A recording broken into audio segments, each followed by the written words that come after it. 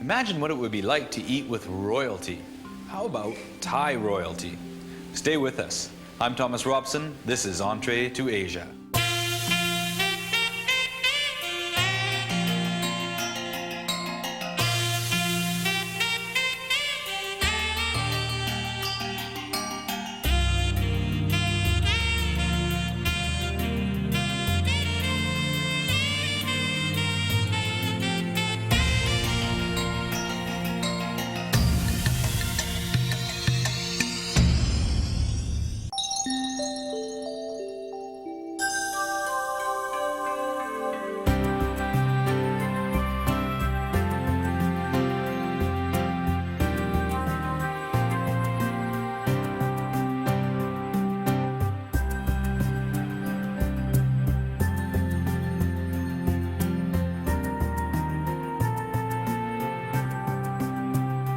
It is said that a picture is worth 1,000 words. If so, then these pictures of Thailand speak volumes. This has to be one of the most visually compelling destinations on Earth. And even though I've been here many times and experienced many different sights and sounds, I never get tired of just listening.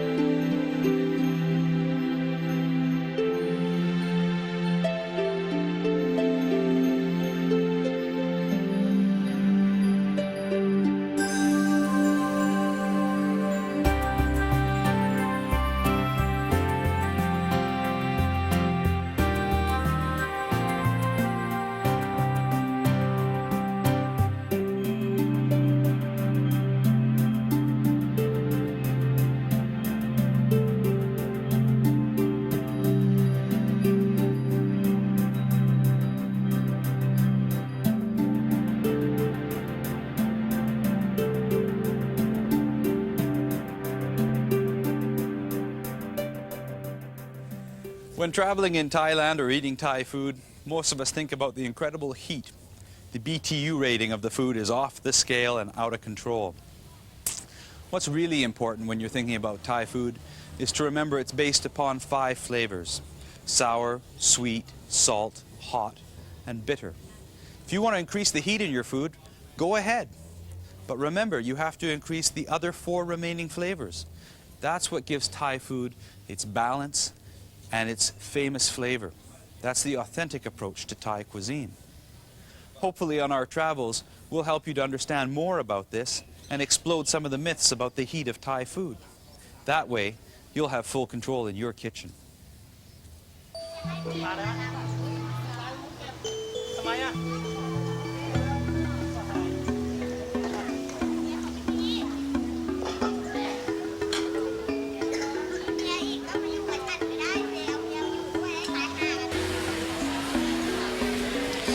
Sawadee krap. มะนาวเท่าไหร่ครับ20 บาทครับเด็กนะผู้ใจดักลองไปใหญ่ๆเลยจ้าจะแบ่งไหมไม่แบ่งเปล่าไม่ได้แบ่ง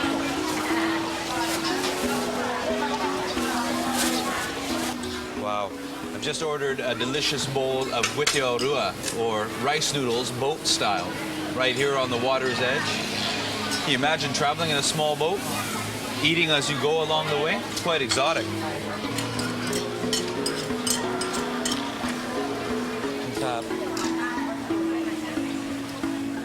This is a great way to start the day. A bowl of noodles, very light, very healthy, gives you a good start to a long, hot day floating down the canals.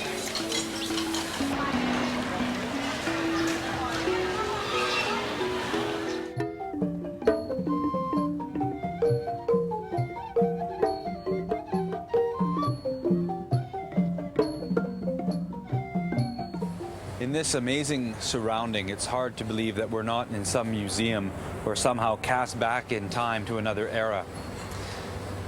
Surrounded by luxury, beautiful sculpture, soft lines, soft music. It's hard to believe that we're in modern Bangkok, but we're here at the Salatip, the Pavilion of Peace and Harmony, where we can enjoy royal Thai cuisine, a type of food that was for centuries forbidden to commoners and foreigners alike, guarded like secrets behind the castle walls and the palace fortress.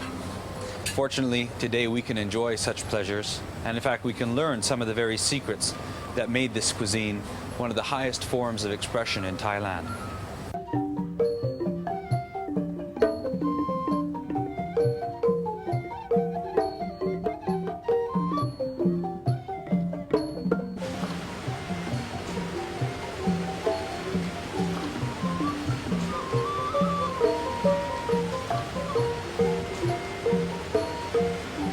Like I said, we take you behind the scenes, and we're right here in the kitchen of the Salatip restaurant.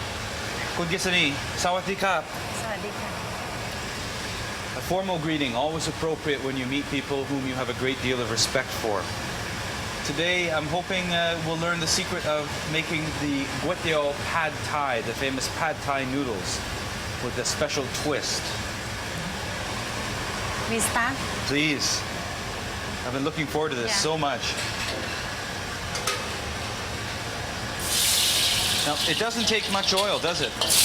Not too much oil because we make the cover, the egg cover. A cover made out of eggs to wrap the noodles. Yeah, a little bit oil.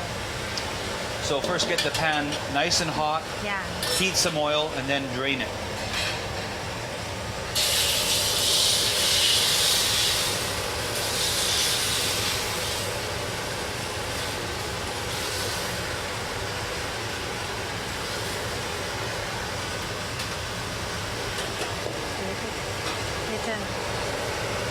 A little bit of oil drizzled around the top edge allows some of the oil to get underneath and help to free the pancake later. At this point, it's not fair to call it a pancake, it's more like a crepe. In the heat remaining in that pan will continue to cook the egg for another 2 or 3 minutes. Yes. Now we cook the fried noodle. Pad Thai is a dish made with rice noodle, and Gwitdeeow throughout Southeast Asia is the name that we associate with rice noodles. Medium prawn, shallot, and beans curd.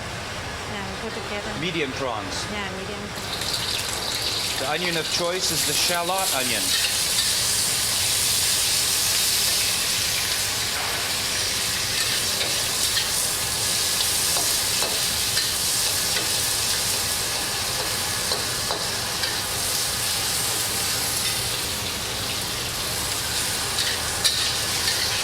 In order to get the rice noodles ready for cooking, it's important that they be soaked first in a little lukewarm water for about 10 minutes.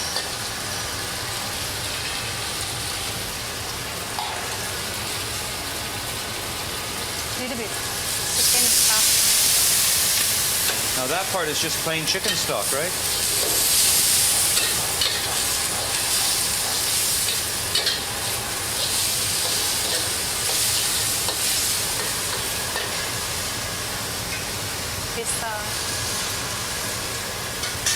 A little bit more than a tablespoon of fish sauce. Some lean juice.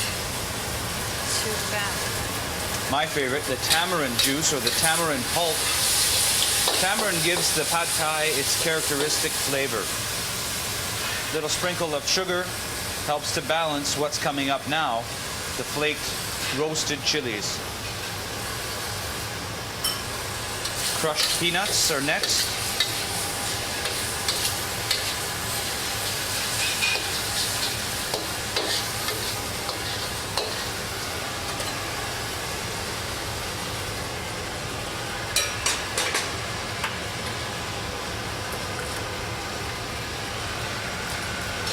And a fresh egg, scrambled right in the pan.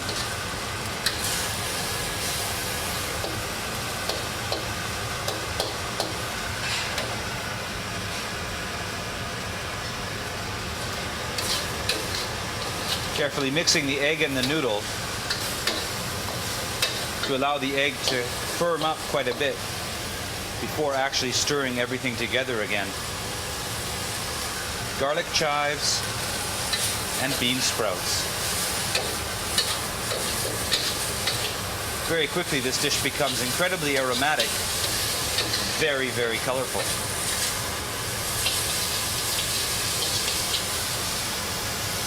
Suantip restaurant is known for its royal style of cooking, the cuisine of kings. And this next step really exemplifies that approach. Presentation wrapped in egg.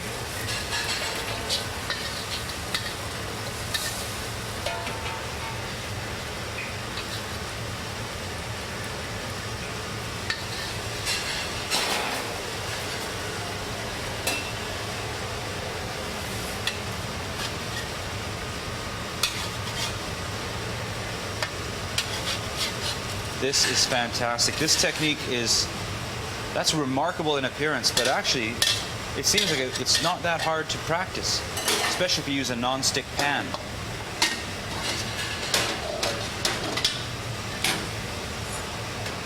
Oh, that's beautiful.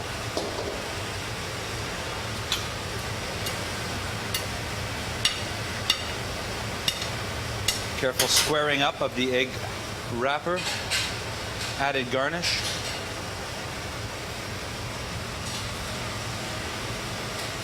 Can't believe that.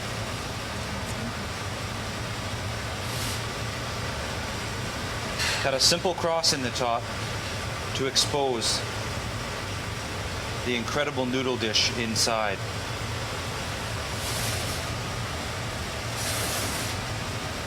Saway nakap. ขอบคุณค่ะ Very beautiful, very beautiful. A light dish with an assortment of beautiful garnishes hand carved at Sala Tip restaurant. The vegetable carving and the presentation very typical of the royal cuisine. The flavor very much that of Thailand as we know it. It's amazing. I want to thank you very much again for sharing with us this presentation. The recipe isn't all that complicated. If you want to find out more about it, don't hesitate to write us or give us a shout on our webpage. We look forward to hearing from you.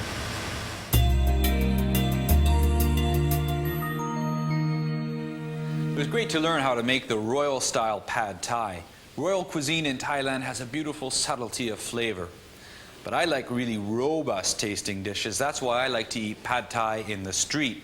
And I thought maybe I could share that with you today, because pad thai is a great way to add your own touch to a dish. All the successful hawkers that make Gwitdeeow Pad Thai add their own touch. Now, Gwitdeeow means rice noodle, and that's what this dish is made with. Pad Thai means to stir-fry the noodles and give them a typically Thai flavor. Let's have a look at some rice noodles here. Here's a package from Thailand, and they're called rice sticks. Now, don't let that mislead you. It's a rice noodle. And inside this package, there are two obvious sort of sections, two leaves of noodles. And all you need to do with these is simply soak them in hot water from the tap, not boiling water, until they become soft. Then they're ready to use. Drain them well from that point on. To add a special touch to the pad thai, well, there's often deep-fried tofu being used. Now, in this case, I like to use tofu puffs. That's my personal touch. And what a tofu puff is it's a piece of tofu that has been frozen and then defrosted, and then it has been squeezed to get rid of all the water. All the moisture is gone. I'll show you what the resulting texture looks like. We'll just cut an end off here. Look how wonderfully spongy this is. This is remarkable inside. This sponginess allows the tofu to soak up the pad thai sauce and really get a wonderful flavor from that. All you need to do to use the tofu puff is simply cut it into nice chunks. And if you can't find tofu puffs, there's other kinds of tofu. If you don't like tofu, well, leave it out. Believe me, this is not a classical dish where everything's written in stone. If your touch is to leave out the tofu, well, that's fine with me. What else can we use here? Now, I have some shrimp here. Shrimp is a traditional ingredient in this. And all you want to do is take some small shrimp, and with a knife, hold the shrimp down with your finger, cut into the shrimp, move along with your finger, What this helps do is helps you to cut the shrimp in half nice and evenly. And these pieces of half shrimp will cook very quickly, and they'll squiggle up into a nice little shape so that they'll really stand out in the noodle dish, not get hidden amongst the mess. What else do we want to talk about? Well, part of the garnish is very important. Dried shrimp. You can buy dried shrimp in the Chinese, Asian, Laotian, Vietnamese grocery store. You'll usually find them in the refrigerator section, or maybe not. It won't matter either way. But you want nice, bright colored dried shrimp. And what you're going to do with these, keep in mind you want the small ones too, is you're going to take a mortar and pestle or a small food grinder and pound or grind these in order to make a lovely sort of a floss or a nice crumbly pieces. That'll be sprinkled on top of the noodle dish to give it a wonderful aroma. Another part of the garnish that's important here are some roasted peanuts. You can use salted peanuts, you could use garlic peanuts, use whatever you like. And again, using a grinder or a mortar and pestle, simply pound them up into a nice coarse texture, nice and chunky, so you get nice bites of peanut in the dish. Those are ready. Let's see what else we have here. I guess back over to the bowls here, I have some minced pork. Now you could use ground chicken, you could use ground beef, whatever appeals to you, or leave the meat out altogether. Use some textured soya protein if that's your gig. Some delicious chili flakes. Now I like chili flakes a lot. They give a nice hot flavor. You can use any kind of chili flake that's available to you. Some freshly chopped garlic. Over here I have 2 beaten eggs, nothing else added. And in this dish I have some lovely tamarind water. Now this is tamarind pulp. You buy it in a block in a Chinese or Asian store, a Thai store, even better. And you simply put it in a bowl, mix it up with some warm water, break it up with your hands, and then strain it. The resulting juice will have this lovely sort of brown color to it and a nice earthy sourness. To the tamarind water, what I've added is rice vinegar and sugar. Any rice vinegar will do. Japanese, Thai, or Chinese will be fine. It has a milder acidity and a slightly sweet taste that's appropriate for this dish. And then to carry on, well, what else? Some garnish made with green onion and coriander, equal amounts, coarsely chopped. And then mix in some thinly sliced hot red chili. The hotter the better, but you know, keep it to your own speed. That'll go on top at the last.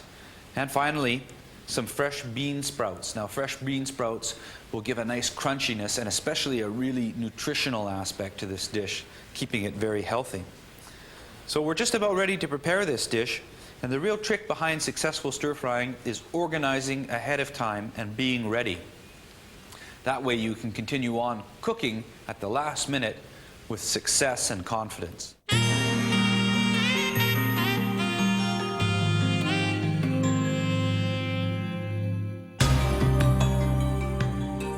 Day 1. I'm finally back in Southeast Asia, and I come face to face with omelettes. Not chili peppers and seafood and spices, but thousands and thousands of omelettes. That's right, I said thousands. Here at the Thai Airways flight kitchen in Bangkok, these 2 assistant chefs work in shifts, making nothing but omelettes under license to over 20 different airlines.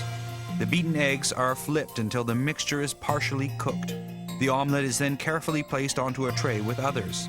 The trays are then loaded into portable warming ovens where the cooking process is finished on board the plane.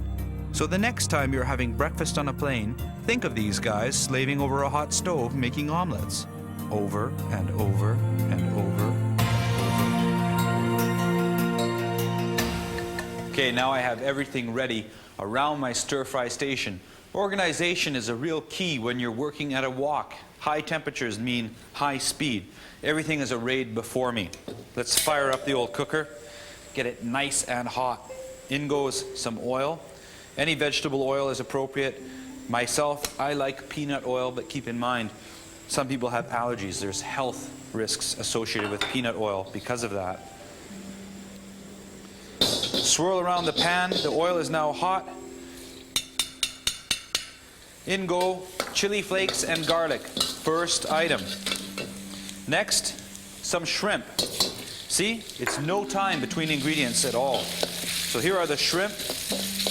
Mix them up a little bit. Now, the minced pork. Break that up so that it mixes thoroughly with the shrimp, the oil, the garlic, and the chilies. You could almost do sort of a reducing song where you repeat each ingredient backwards as you add them. That must be crazy. Okay. Notice the smoking. Reduce the heat. When you're stir frying, don't be afraid to bring up the heat and to reduce it. Here go tofu puffs. Now the tofu puffs soak up the flavor of the pork, the shrimp, the garlic, and the chilies. It's wonderful. Let's stop this smoking. We're going to add the tamarind, the vinegar, and the sugar. Hey, I forgot an ingredient. Now this is what organization is all about. I keep my fish sauce by the wok on purpose in case of moments like this. I need to add 2 tablespoons. There we are. This is the kind of organization around a wok that makes successful stir frying a fun thing. I even have sugar and chili flakes and everything right by my wok at all times to work with whenever I need it. Now, this comes back to a boil. It's time to add the rice noodles. Here they go. Whoop. Rescue those. Mix the rice noodles with the boiling sauce.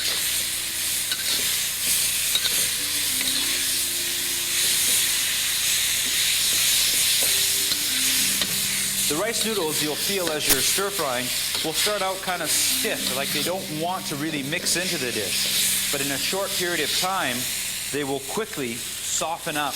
At that point, you know that they're cooked.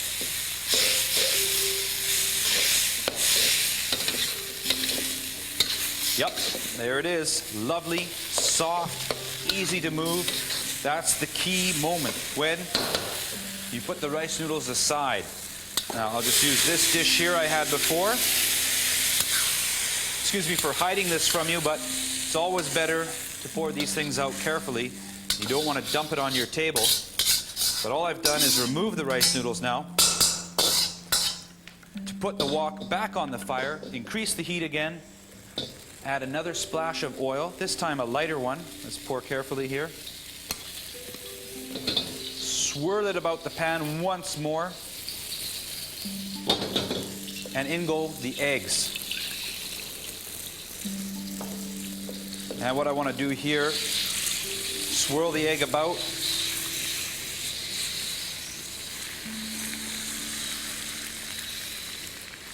Give it just a moment. This looks like what Gwitdeeow did, but really, it isn't quite the same thing. Watch. Stir the heck out of the whole mess. Break it up. Mix the egg in. Reduce the heat a bit. Oh, this looks lovely, fine. Now, the heat is going off. Heat off, bean sprouts in. We're just about ready. We're going to toss in the bean sprouts. This way they get heated through by the pad thai noodles, but they don't get cooked through. You want them to remain crunchy and fresh. Into a serving dish. Look at this lovely Thai bowl. Here we go, noodles in. No problem. Complete the garnish now. Well, our pounded dried shrimp go on first because the heat of the noodle dish will bring out their aroma. This dish is fragrant and perfumed. The crushed peanuts next. Nice crunchy texture. Keep the textures varied. And now finally our garnish. Coriander, green onion, and chilies. Oh, yes. Now, here you have my special version of street hawker style pad thai. Remember, when you make it your own, add your own touch, it's just as authentic as having it anywhere in Thailand.